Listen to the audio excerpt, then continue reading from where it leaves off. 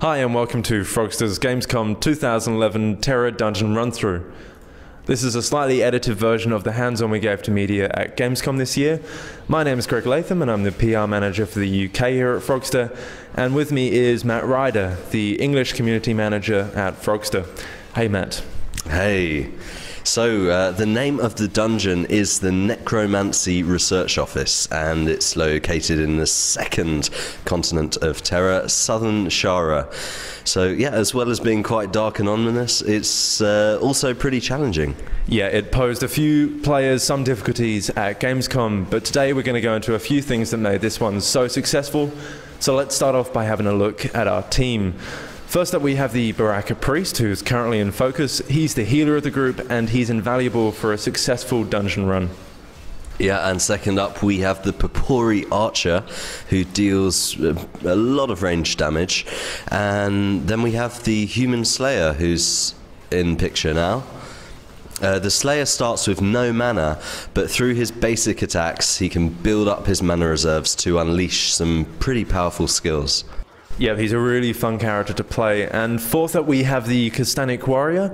She's the tank of the group, and while she wears light armor, her agility makes it really easy for players to maneuver out of the way using the evade key.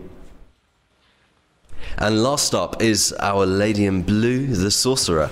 She has a lot of spells that deal an incredibly high amount of damage, so the warrior in our group is going to have to make an extra big effort to make sure he keeps the aggro here so that our Sorcerer can deal her full potential of damage. So we're currently finishing off our second mob, taking out that Kashara Skeleton Lancer. Yeah, with those guys out the way, our priest will be healing the group and we'll be moving on to the next room. Yeah, we're going to go through this corridor through the aptly named Chapel of Pain, which isn't ominous at all. Only good things can come from this, surely. Here we go. Ignithal, the boss we faced off against at Gamescom. The Argons are the main antagonists in the world of Terra, and Ignithal is one of the bigger Argons in the game, or an elite boss, as we call him. Yep, he does have a few tricks up his sleeve to make our life pretty difficult.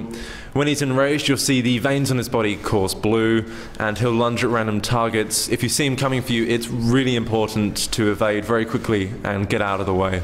Yeah, one of his special attacks is his sword lunge, where he'll ram his sword into the ground, leaving a pool of magic that will drain you if you happen to run over it. It's very important to watch out for this, as it will do a lot of damage if you get too close. Yeah, and we just saw that behind the warrior just then on the screen. But this fight is going pretty well at the moment. The warrior and the slayer are right in the thick of battle, dealing a lot of damage. And at certain points, it'll be all too much for Ignithal, who will drop to his knees. It goes without saying, do as much damage as you can when this happens, because these are great opportunities to take a big chunk of health off of his life. Yeah, you'll notice the charge coming in from the boss. You've got to really get out of the way, retaliate, and yeah, that's just one of Ignithal's powerful attacks. This is the frost beam, where you just notice a massive beam of frost that coming out of him. It's very important to watch out for that. When he's enraged, he will unleash it. It's also interesting to note that when he turns green, it means that he's poisoned by the archer. Yep, and he is just trying one last-ditch effort to take down our team, but our priest has done a good job, and Ignithal is falling to the ground. That marks the end of our Terra Gamescom dungeon run-through. Thanks for watching, and for more information, please visit the Terra Europe website.